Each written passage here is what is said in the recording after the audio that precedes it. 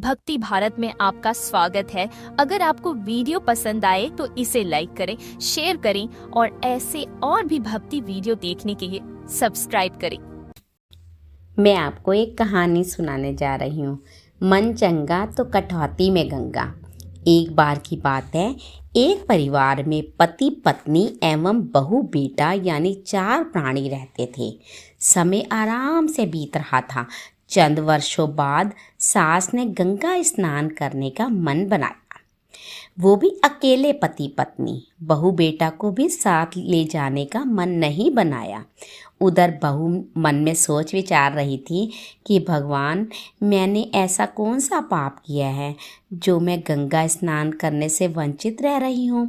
सास ससुर गंगा स्नान हेतु काशी के लिए रवाना होने की तैयारी करने लगी तो बहू ने सास से कहा कि माँ, आप अच्छी तरह गंगा स्नान एवं यात्रा करिएगा, इधर घर की चिंता मत करिएगा।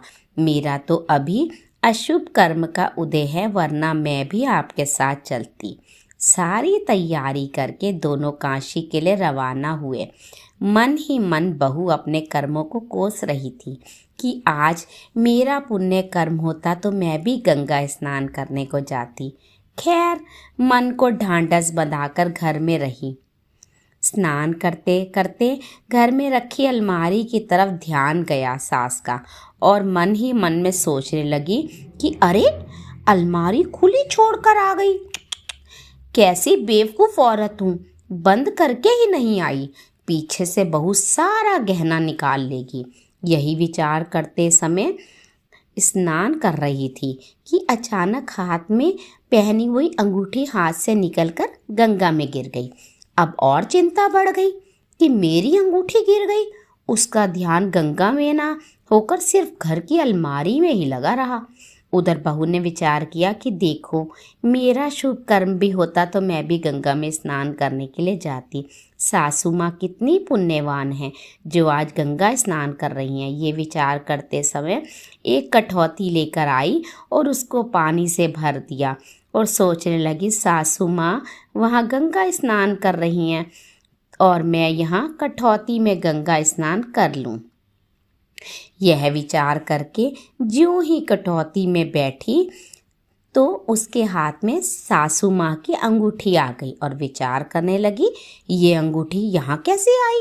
ये तो सासू माँ पहन कर गई थी। इतना सब करने के बाद उसने उस अंगूठी को अपनी अलमारी में सुरक्षित रख दी और कहा कि सासू माँ के आने पर उनको दे दूंगी। उधर सारी यात्रा एवं गंगा स्नान करके सास लौटी। तब बहू ने उनकी कुशल यात्रा एवं गंगा स्नान के बारे में पूछा तो सास ने कहा कि बहू, सारी यात्रा एवं गंगा स्नान तो की पर मन नहीं लगा। बहू ने कहा, क्या हुआ सासू माँ, क्या हुआ, क्यों नहीं लगा? मैंने तो आपको यह कहकर भेजा था कि आप इधर की चिंता मत करना, मैं सब संभाल लूँगी। सास ने कहा, बहू, गंगा स्नान करने से पहले तो ध्यान घर में ही अलमारी की तरफ गया और ज्यों ही स्नान कर रही थी मेरी अंगूठी निकलकर गंगा जी में गिर गई। अब तो तू ही बता, बाकी यात्रा में मन कैसे लगता? इतनी बात ही कर ही रही थी कि बहू उठकर अपनी अलमारी में से वह अंगूठी निकालकर सास के हाथ में थमा दी। माँ, आप इस अंगूठी की बात कर रही हैं? सासू माँ बोली, हाँ हाँ, यही तो। मैं तो स्नान कर रही थी, मेरे हाथ से निकलकर गिर गई। सास ने कहा, हाँ, यह मेरे पास थी, तेरे पास कहाँ से आ गई? मेरी उंगली से निकलकर गंगा जी में गिरी थी। बहू ने जवाब देते हुए कहा कि माँ, जब गंगा स्नान आप कर रही थी तो मेरे मन में भी आया कि देखो, मैं कितनी पुण्यवान, माँ कितनी पुण्यवान हैं जो आज गंगा स्नान हेतु गई हैं। मेरा कैसा अशुभ कर्म आड़े आ रहा था जो मैं नहीं जा सकी। इतना सब सोचने के बाद मैंने विचार किया कि क्यों ना मैं यहीं पर कटौती में पानी डालकर उसको ही गंगा समझकर गंगा स्नान कर लूं। जैसे ही मैंने ऐसा किया और कटौती में स्नान करने लगी कि मेरे हाथ में यह अंगूठी आई।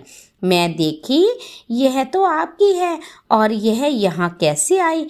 फिर भी मैं आगे ज़्यादा ना सोचते हुए इसे सुरक्षित अपनी अलमारी में रख दी। सास ने बहू से कहा, बहू मैं बताती हूँ कि यह तुम्हारी कठौती में कैसे आई।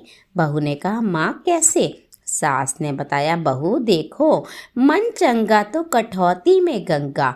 मेरा मन वहाँ पर चंगा नहीं था, मैं वहाँ गई थी, परंतु मेरा ध्यान घर की अलमारी में अटका हुआ था और मन ही मन विचार कर रही थी, अलमारी खुली छोड़कर आई हूँ, कहीं बहू ने अलमारी में मेरे गहने ना निकाल लिए हों। तो बता, ऐसे बुरे विचार करने में आए तो मन कहाँ से लगने वाला था। अंगूठी जो मेरे हाथ से निकल कर गिरी वह तेरे शुद्ध भाव होने के कारण तेरी कठौती में निकली। इसलिए कहा जाता है, जीवन में पवित्रता निहायत ही जरूरी है। वर्तमान में हर प्राणी का मन अपवित्र है, वह व्यक्ति का चित्त अपवित्र है। चित्त और चेतना में काम, क्रोध, लोभ, मोह जैसे विकार इस तरह हावी होते हैं कि हम उन्हें समझ नहीं पाते। उस विकृति के कारण हमारा जीवन बहुत मुश्किल हो रहा है। बाहर की गंदगी को हम पसंद नहीं करते, वह दिखती है तत्क्षण हम उसे दूर करने का प्रयास में लग जाते हैं। हमारे भीतर में जो गंदगी भरी पड़ी होती है उस ओर हमारा ध्यान ही नहीं जाता। आज जिस पवित्रता की बात की जानी है उस पवित्रता का संबंध बाहर से नहीं, भीतर की पवित्रता से होता है। इसलिए कहा जाता है कि मन चंगा तो कठौती में गंगा। अगर आपका मन शुद्ध है तो वही गंगा आपके पानी में घर के ही आ जाती है। जय हो गंगे मैया।